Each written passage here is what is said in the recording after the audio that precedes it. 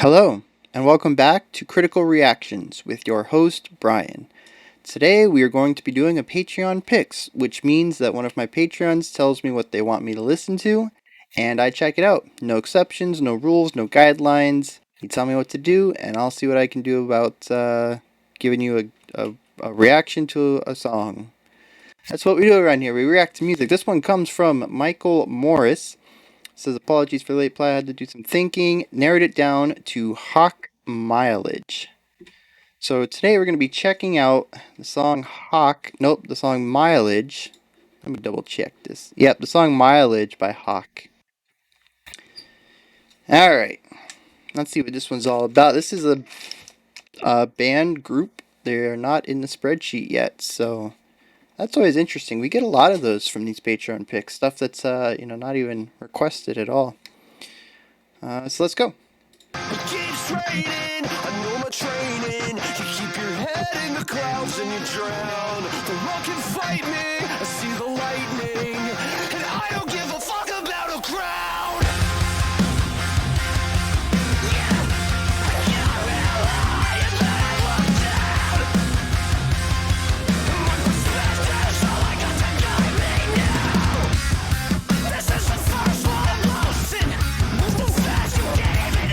Alright, we got some cool rhythmic stuff going on in the verse.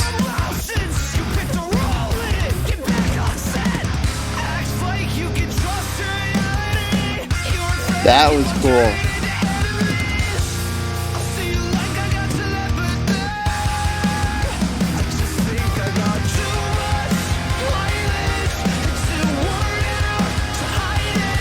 Pretty standard chorus.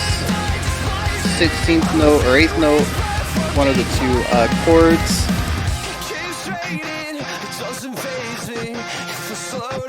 I'm gonna fucking panic. Alright.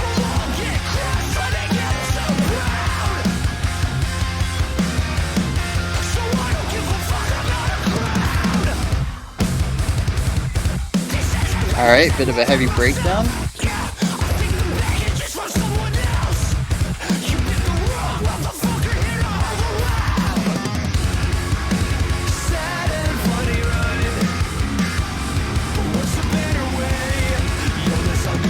Alright, so I didn't see this coming, but they have the rhythmic section with the clean vocals. I love that. It starts out with like accidentals. He's almost like not even in key, and then he slides into key. It's really cool.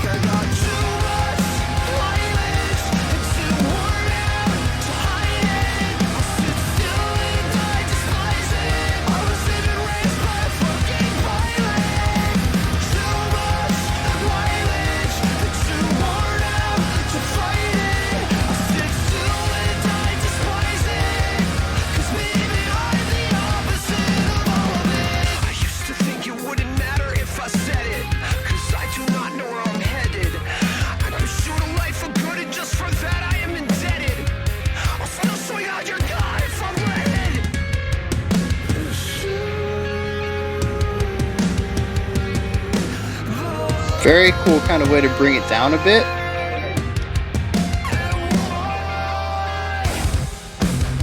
Ooh.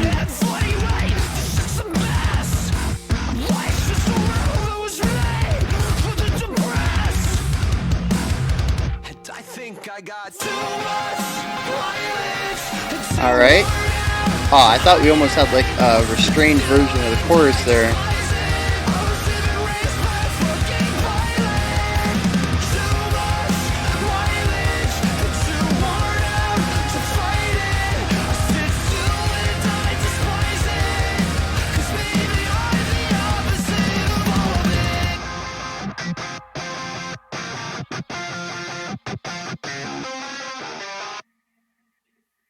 Aw, dang.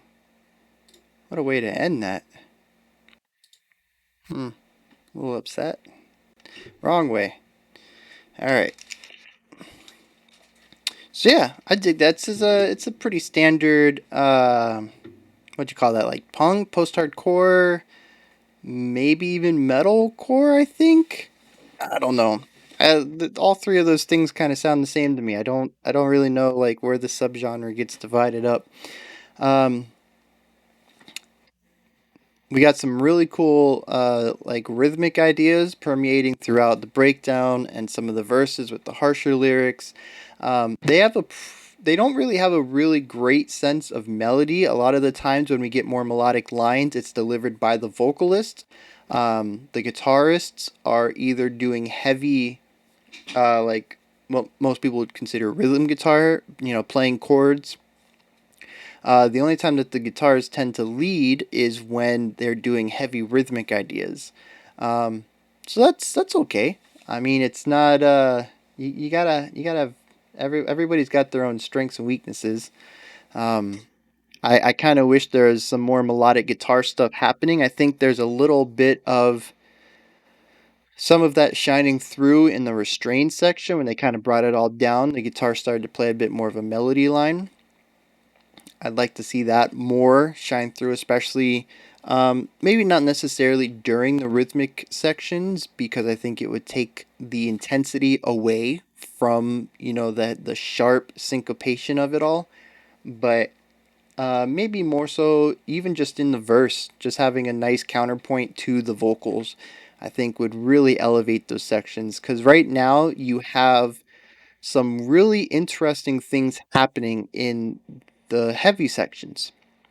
It's all rhythmic, but it's interesting. There's sudden stops, there's breaks, the way that the line is shaped and the way that they clump notes.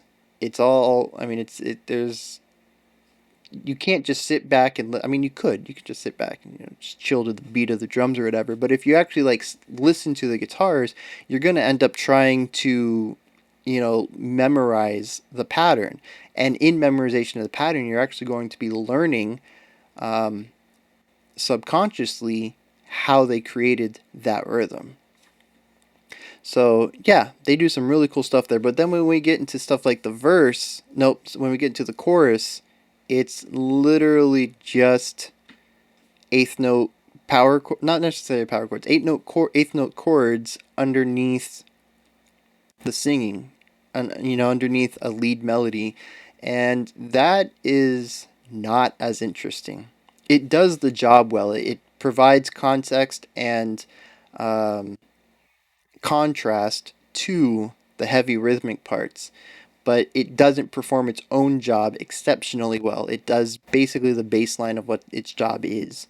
Um, Again, that's not necessarily a bad thing. It is pretty much what a lot of these bands do. Um, and it, like I said, it does its job. It is a serviceable purpose or a serviceable attempt at doing what it's supposed to do, which is to provide a dichotomy between the harsher, sharp, syncopated sections and the more melodic sections. It could just be elevated a little bit. That's what I think. Um, I do like how the song is angry for a reason. And this might be a little bit of a controversial thing. I think harsh vocals should be used in times when you would speak harshly. That's kind of weird, maybe. Um, but we've heard a couple of songs where the vocals are pretty much always harsh. Maybe they're growls, maybe they're fries, and the story's not the story of the song of the lyrics isn't necessarily one about someone being angry. And yes, there's you can look at it as musical texture and how that fits into the composition, and yes, that's definitely an angle that we can take to approach analyzing a song, and it does sometimes work that way. But also, the themes of the song, I think, work best when they match the intensity of the song. And this song seems to be about being tired of things uh, and just being really upset that things are the way they are. And this song is delivered in an upset, aggressive, tired way. And I really like how that comes together and coalesces. Um, we don't see that too. I mean, metal, I think, is one end of the spectrum where it doesn't matter what the topic is, it's going to sound angry. And pop is the other end of the spectrum where it doesn't matter how angry or sad it is, it's going to sound happy and upbeat and dancey. I think stuff like hard rock, metalcore, if this is metalcore, post hardcore, stuff like that, where there's the bands that definitely have influences from both the pop or rock world and from the metal world, I think they tend to do this the best because they have the widest repertoire of musical emotions to tie to what is being sung. And that's probably one reason why I tend to gravitate to music like this. It toes the line and allows the singer to express exactly what's happening. Now, that doesn't always happen. You can look at stuff like Dance Gavin Dance, as much as I really loved that song with the bunny rabbits in the video. I don't think the screaming parts by the second singer were necessarily mad sections, and the singing parts by the clean singer were happy sections.